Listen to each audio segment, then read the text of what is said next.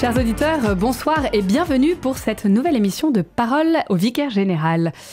Le père Pierre Morin est avec nous ce soir pour faire un retour sur l'actualité pendant que Monseigneur Bozo vit l'assemblée plénière à Lourdes avec ses autres frères évêques. Bonjour père. Bonjour. Alors voilà, comme je le disais, Monseigneur est à Lourdes actuellement en assemblée plénière. Chaque session a un thème et cette année, le thème est un peu spécifique, il est axé sur la mission. Alors, qu'est-ce que la mission ? Quel est un peu l'enjeu de cette thématique pour nos évêques et comment est-ce que nous, on arrive à le vivre un peu chacun dans nos diocèses ?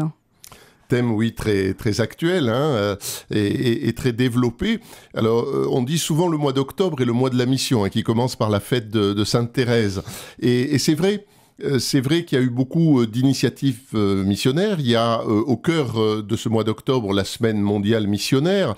Il y a aussi les missionnaires qui viennent de l'extérieur. Là, on va accueillir 3 prêtres du Burkina Faso et qui viennent aussi vivre une mission ici dans notre diocèse de Limoges.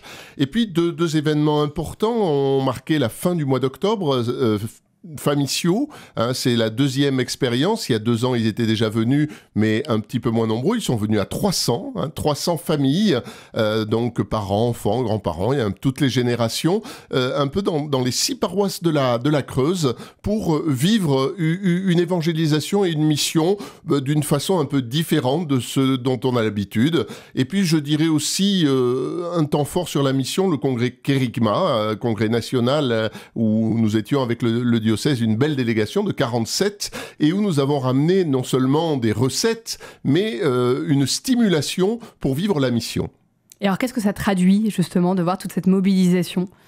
D'abord, beaucoup d'espérance, parce que on se dit, certes, la vieille Église, on la reconnaît pas trop, mais au lieu de se lamenter sur des chiffres, sur des statistiques, eh bien, on se dit, voilà, prenons le volant et puis prenons notre place pour faire tout ce que nous pouvons faire, tout ce qui est en notre possession, avec nos charismes, pour aller annoncer, et c'est ça finalement le cœur de Kérigma, c'est-à-dire le cœur de la foi. Ce Jésus mort et ressuscité, nous vous l'annonçons, il est présent, il est vivant, et il vient nous sauver, encore aujourd'hui. C'est l'aujourd'hui de la bonne nouvelle, et on voit que ça passe par des expériences très multiples et variées, que ça soit de la liturgie jusqu'à un accompagnement très, très basique de personnes en difficulté. Voilà, qui nous font vivre l'évangile aujourd'hui. Je pense que c'est ça la mission, c'est l'évangile aujourd'hui, c'est revenir à l'essentiel.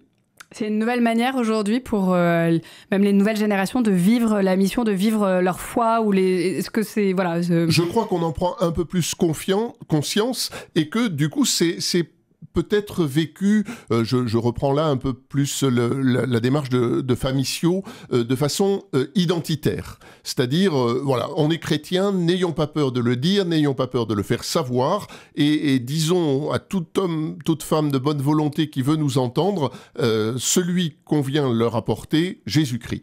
Voilà, c'est très direct, c'est très brut de décoffrage, mais alors tout le monde n'est pas appelé. Je reprends sur Famissio avec donc ces 300 personnes qui ont été dans les 6 paroisses de la Creuse. Qu'est-ce qu'ils ont fait ? Ils ont fait les marchés, ils ont fait les cimetières, ils ont fait du porte-à-porte. Alors certains disaient oh là là, mais c'est les témoins de Jéhovah, ils sont 2 par 2. Qu'est-ce qu'ils viennent nous dire ? Qu'est-ce qu'ils viennent nous annoncer ? Et puis finalement, eh bien il y a des choses, il y a des démarches, il y a des temps de prière. Et s'ils sont là, c'est pas non plus à leur compte. C'est aussi pour rendre compte et pour donner aux prêtres, aux pasteurs de chacune de ces paroisses, voilà, un petit carnet d'adresses, un petit passage de Fioretti, les petites fleurs, les petites rencontres qu'ils ont eues et qui finalement ont été très, très bénéfiques. Alors avec ça, tout le monde ne rentre pas non plus dans cette façon de faire. Alors en parlant de mission, nous allons accueillir ce soir 3 prêtres burkinabés qui ont eu un long parcours avant d'arriver dans notre diocèse. Pouvez-vous nous dire un peu quelle mission ils auront chez nous ? Oui, alors ces prêtres devaient arriver le 29 août. En fait, pour des raisons diplomatiques, de géopolitique, ils n'ont pas eu leur visa en temps voulu.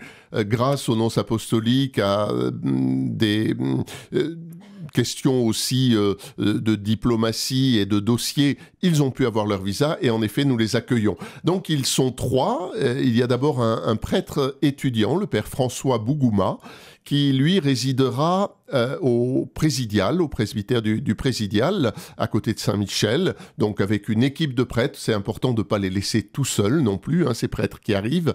Lui venait à l'origine pour, je dis venait parce que il va y avoir quelques mois de décalage par rapport à son inscription en faculté. Les cours ont déjà commencé, c'est assez compliqué aussi de les inscrire, plus pour se spécialiser dans l'économie-gestion et voilà, l'Église d'Afrique a besoin aussi de gens formés dans ce domaine-là. Donc, il rendra quelques services pastoraux et puis sûrement, il sera aussi un peu ici à la maison diocésaine pour vivre quelques stages avec notre service Economa.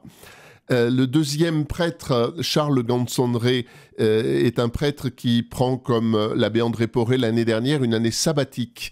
Il résidera à Orpea, où il célébrera quelques messes, et il sera aussi au service de la confrérie Saint-Aurélien, pour la petite chapelle Saint-Aurélien tous les dimanches matins, et une deuxième messe aussi pour des gens qui sont en demande et qui n'ont pas possibilité de se déplacer à la maison de retraite du Bon Pasteur. Voilà, donc il sera aussi bien occupé malgré son année un peu sabbatique de repos. Enfin, il prendra aussi soin de lui et de sa santé. Et le troisième prêtre, qui est entre les deux âges, le père Laurent Gansonré, le père Laurent, lui, viendra comme administrateur pour un premier temps, une première année dans le diocèse et sur la paroisse Saint-Martin en Basse-Marche. Alors, il est attendu parce que le père Jean-Baptiste Tison a accepté de poursuivre un petit peu sa mission parce qu'il devait l'arrêter au mois de septembre et jusque-là, donc il va passer le relais. Donc ce prêtre ne sera pas non plus livré à lui-même mais accompagné par le père Bruno Ducou qui réside dans la même maison que lui et puis le père Jean-Baptiste qui est à 2 pas dans le même quartier et qui le guidera sur ses premiers pas de curé de paroisse. Alors, dans les prochaines dates, nous allons vivre dimanche prochain la clôture des Ostensions, qui commencera par une messe à 10h30 avec toutes les confréries et les confrères des Ostensions, des comités ostensionnaires, puis pour vivre l'après-midi un temps de bilan. Alors, qu'est-ce qu'on peut retenir un peu de ces Ostensions ? D'abord, beaucoup de joie parce que je crois que toutes les comités, toutes les confréries se sont données à fond au niveau communication et du reste, on va avoir très rapidement dans nos mains le numéro spécial du Sillon sur les Ostensions. Je crois que c'est bien quand les médias se renvoient les uns aux autres. Voilà. Je pense que ce temps de bilan est d'abord un temps de relecture. C'est toujours important. Je me souviens de celui d'il y a 7 ans, où j'étais curé de paroisse et c'était mes 2e Ostensions à Crau. Et déjà, c'était important pour moi de se dire, 2 fois, c'est déjà pas mal. Bon, cette année, c'est la 3e, mais j'étais pas du tout dans les manettes au niveau de la préparation.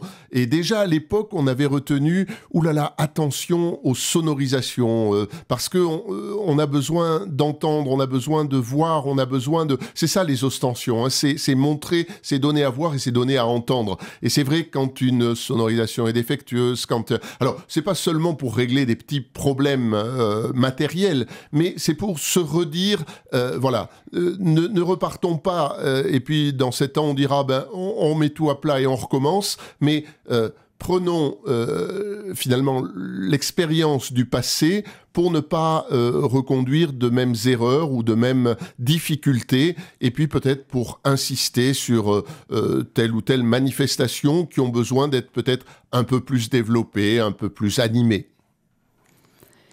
Et puis peut-être pour balayer un petit peu l'agenda, nous pouvons évoquer le colloque à venir pour les Ostensions de la Fraternité. Il y a eu plusieurs initiatives déjà en paroisse.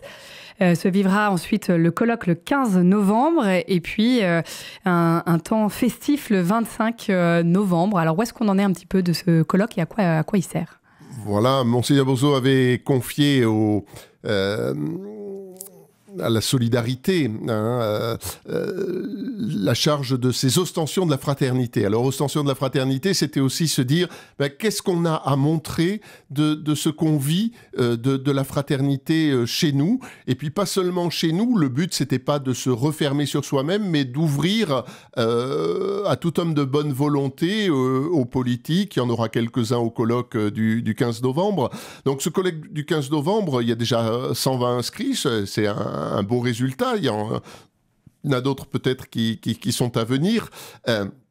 Il est là aussi pour un dialogue entre des spécialistes et puis des hommes de terrain, des hommes et des femmes de bonne volonté, des prêtres, des laïcs, des diacres, voilà, toute cette population bigarrée mais intéressée par ce thème des ostensions de la fraternité, et aussi pour accueillir vraiment une dynamique en se disant, voilà, on va aussi vers la fin de l'année liturgique, on termine toujours par le Christ roi. Ce Christ roi, il vient d'abord pour les plus petits. J'étais malade, j'étais en prison, vous êtes venu jusqu'à moi, vous m'avez visité. C'est se dire un peu ce qui existe et comment aujourd'hui on vit finalement ces œuvres de miséricorde. Et il y a beaucoup, ce qui réjouit finalement, ce qui nous réjouit, c'est qu'il y a beaucoup d'acteurs, il y a beaucoup de petites mains, il y a beaucoup de gens invisibles, mais qui concrètement font vivre l'Évangile aujourd'hui. Merci Père pour ce temps d'échange. Chers auditeurs, c'est la fin de cette émission. Je vous souhaite une très bonne soirée avec les programmes de RCF.